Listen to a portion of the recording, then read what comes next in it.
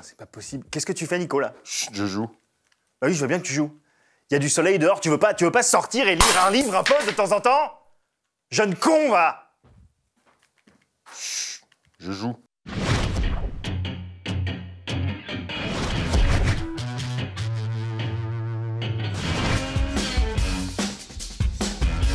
Vous avez la flemme de commencer l'œuvre complète d'Émile Zola, hein, ou alors vous en avez assez de Honoré de Balzac. Pas de souci, nous avons dressé pour vous la liste des meilleurs comics sortis cet été.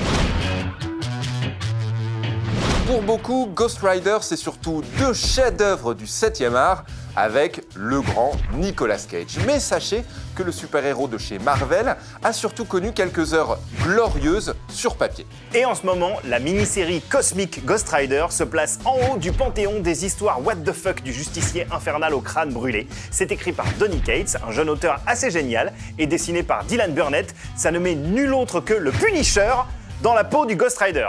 Voilà, j'ai spoilé, mais je vous avoue que c'est mon truc préféré chez Marvel en ce moment. Alors je t'ai grillé rire à gorge déployée pendant que tu le lisais. C'est vrai, mais c'est hyper marrant.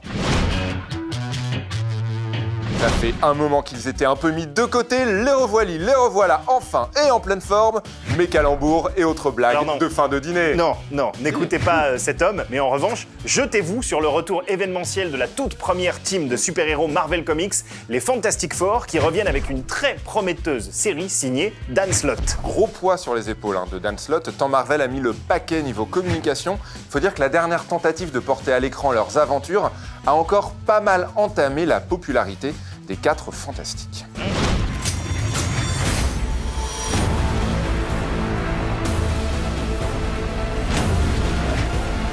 If you want to stop him, it's going to take everything you have.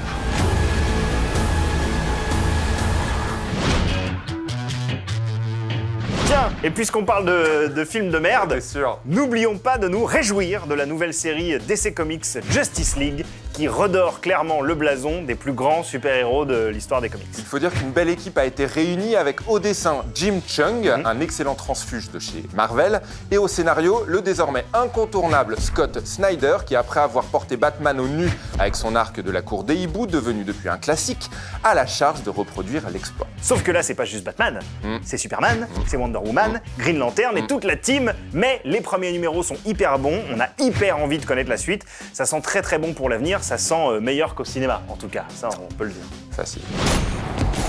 So, how do I help? We buy him some time, he can stop that box from destroying all life on Earth. We hope. Well, I knew you didn't bring me back because you like me. I don't... Not. T'as vu, je me suis fait tatouer la liste de tous les gens qui ont aimé le film Justice League. Y'a rien. Bah non, y'a rien. Évidemment.